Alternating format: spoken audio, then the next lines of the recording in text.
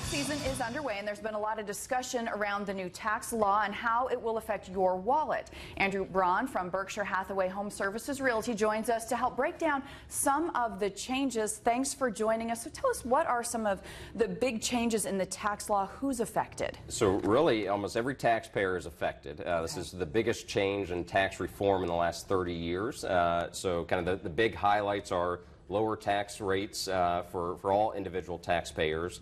Corporate tax rates are going down. The ability to have a 20% tax deduction if you qualify based off income levels for your pass-through entities, which are S corps, LLCs, partnerships, etc. Your standard deduction is almost doubling, but then you got to factor in the reduction of the personal, or really the elimination of the personal exemption. So it's not a true double, but is it better? Yes, for most people. Okay.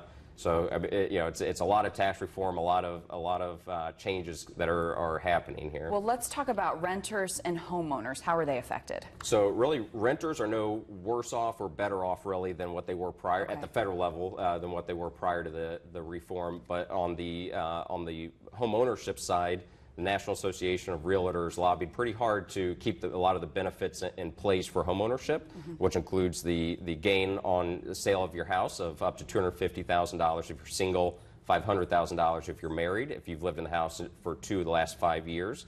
There's still a home mortgage interest deduction if you itemize.